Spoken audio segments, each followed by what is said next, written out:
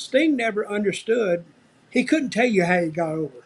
But Wow. he didn't get himself over. They did.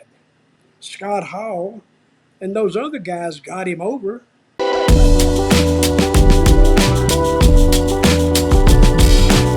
SmackDown started off with the match with Drew McIntyre and Sheamus, great old-fashioned Donnybrook matchup. But with Triple H now in power, Dutch, who do you see as the next big star from the current roster in WWE? Vince had picked Austin Theory, and I think the jury is still out on that. I don't think Roman much wants to work with him. I don't think Brock wants to work with him. So you got to look at who he's going to work with, and whether he cashes that in tonight. I don't. I'm personally I'm opposed to him trying to cash it in right now. Because if I was going to cash it in, I'd cash it in on TV. I think, but I wouldn't try to cash it in right now. I don't know why. I'm just saying it. They have advertised it so much that if he does do it, well, everybody expected it. Let's do it when a time when nobody expects it. You know what would be a good time to cash it in on a house event, on a live event? Then you tape it, then you come back and said, hey, we just found this out. And he's totally in his right, so he is the new champion. You open up the show, you got a new champion. You said, what the hell? Because, when you get the new champion, how long has Roman had the title? 680 days coming out of SummerSlam. See, I wouldn't ask just anybody that question, Sid. I would ask you because you are the historian. So I wouldn't ask Rick Giacchino. So he'd say, well, he'd have to look it up. But I think Roman's held the belt too long. I think the Usos have held it way, way too long.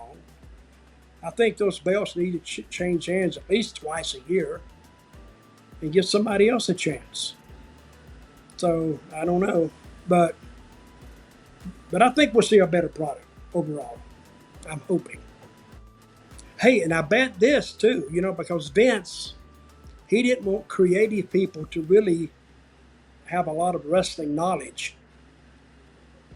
I think we'll see an end to that too. I think Triple H will put people on creative who have knowledge of the wrestling business, which I always thought was a silly requirement anyway. Why do you ask somebody to? Would you ask somebody to write about race cars that's never hung around a track? They don't know an eight cylinder from a 4-cylinder. I mean, you have to have people with knowledge of whatever you're pushing. And to keep people away just because they're wrestling fans, I never understood the value of that. Makes sense to me. So who do you we talked about Theory. Who do you see as like the next big star in WWE? Well, I don't think we've seen them yet. I think they're still to come. I think everybody that's on the scene right now, I think if they'd had any worth or value, we've already seen them pushed. I mean, I can't testify to that. But I think, and Theory does have a lot of potential. A lot of potential. But I did like him, Roman Reigns' response to Austin Theory, your daddy's not here anymore. Yeah. See, that's the stuff they used to do. And that was I swear, that was straight from Triple H right there. Your daddy's not here, because you hear the crowd, ooh, because they responded, because now they're in on the story. And they feel like, well, maybe he shouldn't have said that. But he did. And Theory did play it right, because he looked concerned and his feelings were hurt. So, but I think we'll see we'll see Sasha Banks probably back now. Maybe. Did you get what she's picking up on signings? 30 grand. 30 grand.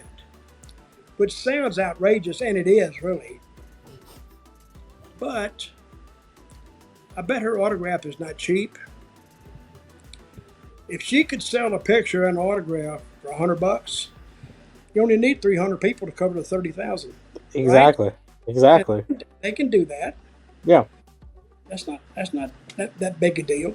You're gonna make So more than that. There's gonna be I think thousands of people at that if you convention. make 500 people, and that takes a while to do.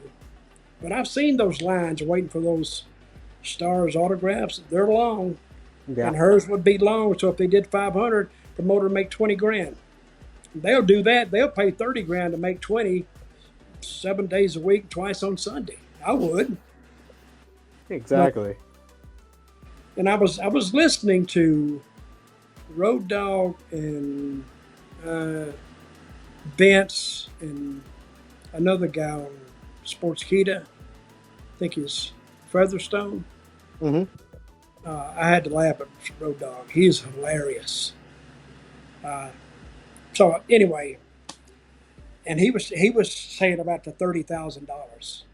Yeah. I wish I could pick up a couple of those. They look at me and say, "Oh, we'll give you 200." What? Well, we don't know if we could sell two. Maybe we'll see. But today in Nashville is really a big day for wrestling because if you really mark down the date, it's July 31st. Is that the date today? July 30th is SummerSlam, 30th. and when this drops, is probably July 31st. So you're on the money either way. Well, I think that's gonna be a date that we're gonna remember because of a couple things. I think it's the rebirth of WWE on their first big pay-per-view. Another date to remember is because it's Ric Flair's last match. He's having it in Nashville. I mean, Nashville is, this week is like, to a wrestling fan, it's like heaven. Yeah. And you got, of Starcast course, weekend, independent shows are out there, all the stars out there. Johnny Gargano, Bryan Danielson, Paige are all doing stage shows. So huge weekend with Starcast and SummerSlam. well, I used to live in Nashville for about, a long, long time. I love Nashville. So and it's a great wrestling town too. So I don't think SummerSlam will be sold out. I think they sold 37,000 tickets, I heard, maybe 40. It seats 60, but half Yeah. of it will be sectioned off, maybe. But on the Starcast, that'll be sold out. I think it only seats 7,000, and they have done a lot of promotion, publicity behind it. Yeah. Did you see the angle they shot? The Yes, I Flair? did. Good angle. It made sense, and I mean, if you can connect with that like there, that's what makes an angle good. You have to have a personal connection to it. That's what wrestling does because it's all connection. So if a guy gets in the ring and talks, he may be a great talker, but if he doesn't connect, and that was the same feeling I used to feel when Bray Wyatt would get in the ring and start talking. He'd talk for 3 minutes, and as soon as he would leave, and I love Bray, but I think, what did he say? I can't remember what he said because he didn't direct anything to anybody personally. He just talked and whatever. He just talked to the stratosphere. But when he came back, what did he say? I couldn't tell you what he said. Hey, he had people captivated though. So my Well, final question to let you me ask, though. if he had him captivated, why didn't he do better?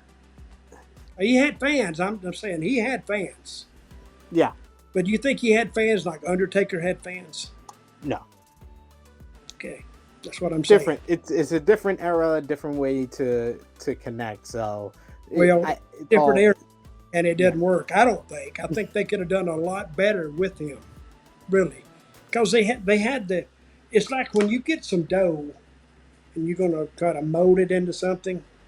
It's according to what you mold it into, whether it's attractive to other people. That's I true. think they took Bray Wyatt and just kept him balled up.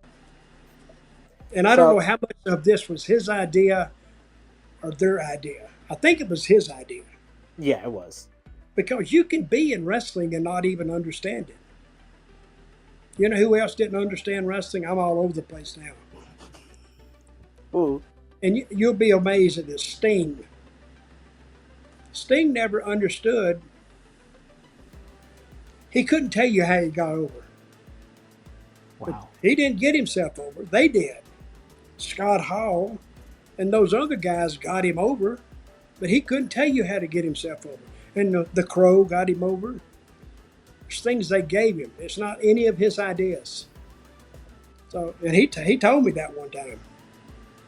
So, Makes of course, sense. I was going to bring it up to him anyway. So, Well, Dutch, where can the people find you and anything you want to plug to close things out here? well, I'm coming up. I'm working on this website. I swear to God, I've said this before. This website has got to be harder than the moon landing because this computer has got me stumped. But it's going to be coming up pretty soon. DirtyDutchMantell.com. And I got my 2 books that are for sale. And I'm writing another one. I just don't have a title for it yet. And the 2 books are Tales from the Dirt Road and The World According to Dutch. You can get those by writing me at DirtyDutchMantell@gmail. And the Mantell has 2 L's at gmail.com. You can write me there, and I'll get back to you. And I'm doing also, I don't even know the name of it. WSI. I don't even know the name of it. What is it? Tales from Dutch? No, it's WSI, Stories. Wrestling Shoot Interviews. Yeah, that's what it is. And what is how do you find it? Oh, it's on YouTube. It's on YouTube. Yeah, but just go look for it, Dutch Mantell on YouTube, and you'll find me. But, and if you want to see me and Dutch some more, you can, of course, subscribe here to the Sportskeeda Wrestling YouTube channel every Friday following SmackDown and Rampage. And then over on my channel, True Heel Heat Wrestling, Dutch Mantell and Rick Ucchino, we're on True Heel Heat 186 that you can watch there on demand as well. So for Dutch Mantell, it is me, the new Media Forbidden Door SP3. This has been a special edition of Smack Talk. We are signing off until